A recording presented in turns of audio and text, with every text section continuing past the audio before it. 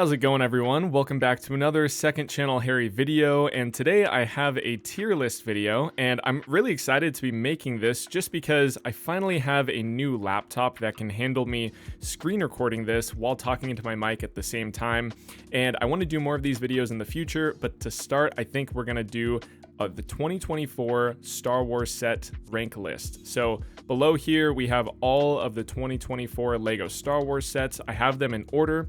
And we're not doing any poly bags, but we are doing some gift with purchases like Luke's lightsaber here, and I believe there's one more, the droid troop carrier. So let's just hop right into it. To start, we have the battle pack here, and this came out January 1st of this year. And, you know, for battle pack, this is S tier. I'm not going to go ahead and put it in S tier, just because it's a battle pack. You get some great figures and, you know, some cool builds, but for me, I'll probably, let's say A, okay? And preface, I'm not going to be judging super hard on price because all of these you can find on some type of discount, bar a couple. But for the most part, you can find this, like this Crimson Hawk here, or Firehawk, I think. This is for 50 bucks. I just saw it on discount for like 15 bucks at a Walmart store near me. So yeah, with that being said, let's take a look at this one. This is the Crimson Firehawk, originally coming out for $50. I'm going to put this one in C. I mean, it's a 4+ set and it has some bigger wings and bigger pieces and everything, but it's just not my thing. Comes with a couple cool figures, not my cup of tea. At least I didn't put it in D though. I won't put it that far down. It's got some cool colors. Next up, we have the MIDI scale Millennium Falcon, part of that Starship series LEGO was rolling out, basically MIDI scale.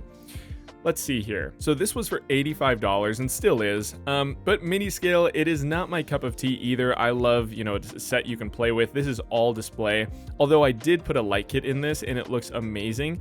So it has a lot of opportunity to be cool. I'm going to put it in B tier because I really enjoyed the build, just I didn't really like having it on display unless it had the lights in it. Same with the Tantive. I will say this is probably going to be a C for me just because it's so long and skinny, like doesn't really offer too much for me. And for the invisible hand, I'm actually going to put this in A. That's interesting. I haven't really made this list before this video right now, so it's funny I'm putting it there, but I really do think the invisible hand, it's the cheaper of the three here, and it does have somewhat of a play feature where it can split in half, and then it also has a couple studs resembling the starfighters from Anakin and Obi-Wan in there, so it's a couple cool Easter eggs to the movie. These ones, I believe, have a couple of those as well, but just the size and the price and everything, I just like it, so it's going to be an A. All right, so next up we have the R2-D2 for $100. You know, you can get on sale for like 80, maybe 70. I'm probably going to put this, let's say B tier because it's another displayable set. Not my thing, although it was a cool build. It's cool on my shelf, or I had on my shelf for a bit. Now, this set, this is, let's check my notes here, just boarding the Tantive 4. This is strictly S tier. This is a great set. You can connect a bunch together. It has a ton of play features in there. You can play with it. You have a lot of figures, including 5s. Just an amazing build, and this is what peak LEGO Star Wars looks like to me, in my humble opinion. Next up, we have a gift with purchase. This one is the Droid Troop Carrier, which came out May 4. This is a great gift with purchase, and you could probably sell it for 40 bucks. That's the value it has. Man, this is a great set, although it's a gift with purchase. So just the set alone, I'm going to say an A. Let's just put it in A. I'm not going to put it in S, gift with purchase. I won't put it in B, but let's say an A because you get the figures, you get the great play feature. This is a callback to the original set from 1999 or 2000, I believe. Lots of droids too, so just all around a great set. Next up, we have, this is BARC Speeder Escape, and that originally came out for $40, I believe. And the price aside, because I'm not strictly judging off of that, it's got some clones, Keller and Beck, and Baby Yoda, Grogu, as some would say. I'll go ahead and put this in B. Nothing too crazy. It comes with that light post, which gave us some great memes. So if it wasn't for that, honestly, it might go in C because I'm just tired of Grogu sets. But Keller and Beck is a great figure, and then some overused 501st clones. stick it in B for right now. Okay, this is going straight into D. This is one of the sets I will say the price affects it for me, because $80 is criminal, just with a couple of microfighter builds, or not even microfighter, polybag builds. No figure, no nothing, just a tan rock right there, and then you get the builds. It's cool that they added an expansion vehicle as a gift with purchase from Walmart. I did not get it, and it did not come in the original set, so for right now, that's going in D. I'm sorry. It's not the worst thing, but for the lineup here, it's going in D. Next, we have the Droideka. This is a cool set. Again, a displayable one, just like the R2-D2 or C-3PO. I'm going to go ahead and put it in C. It's pretty cool. It looks great, but not my thing. Great build. It can turn into a ball. That's kind of cool. But other than that, the figure in there is somewhat iffy. Not the best Droideka we've gotten, so just a C for me. Next up, we have the TIE Interceptor, which originally came out for $140. No, sorry, $240. It still is obviously available. This one I have, it's pretty cool. I like the build of it. Displayable, it's cool on my shelf, I guess, but no real play features.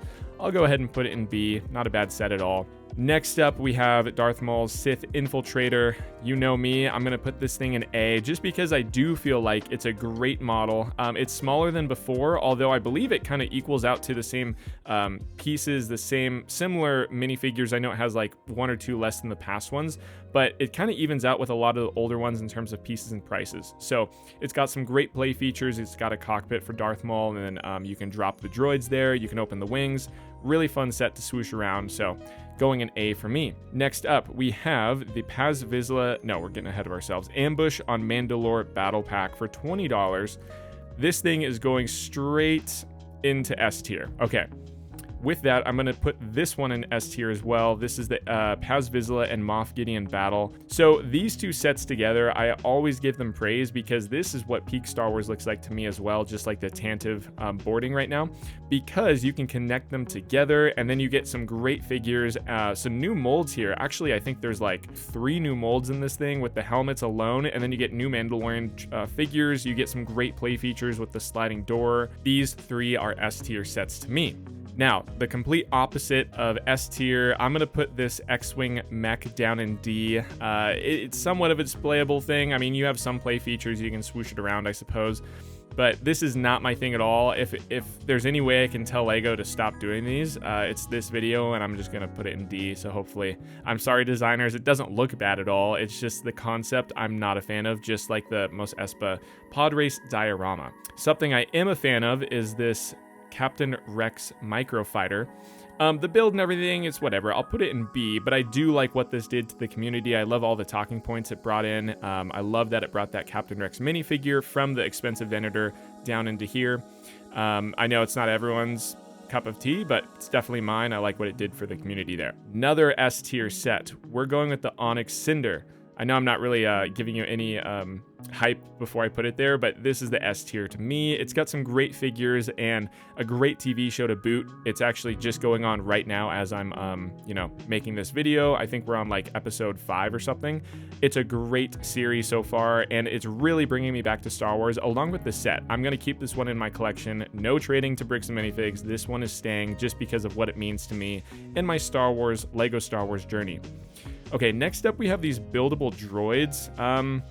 That belongs in D. I'm sorry, nothing against the looks of these things. Actually, a little bit about the looks, because it's just not the best. But it's for that scale, so I know it's kind of like, what else can I ask for there? But not my thing, just 4 buildable droids. You get a Princess Leia minifigure, and that's confusing to me, because in one of these other sets you get QT, I believe, and she is right here anyways, so it just doesn't make sense why they put Leia here and not that minifigure. But I digress. We're putting that in D. Okay, next up, we have the Sarlacc Pit. Now, this goes along with the Jabba Sail Barge that was released later in the year, and that concept I do really like. The set itself is all right. I'm actually going to put it here. Let's put it in B. Because the actual skiff itself is pretty nicely designed. The Sarlacc Pit is cool. I wish that would have came in the sail barge, and then the skiff came by itself, but this is what we got, and the figures are cool. It's a B for me. Jedi Bob Starfighter. This one, I'm gonna put Not an S. Let's say B, because it's not an A. There's not crazy play features or anything like the other ones we've gotten in the past. These types of starfighters have a function. I'll put it in B just because it brought Jedi Bob back, and then I do like the design of the ship just because it kind of harkens back to the original animated Clone Wars show, the Anakin's one. I forgot the official name, but yeah, I like what the designers chose to do with this, and actually the show designers, I believe. So shout out to them. All right, let's go to another Rebuild the Galaxy set. This is the X-Wing and TIE Fighter mashup.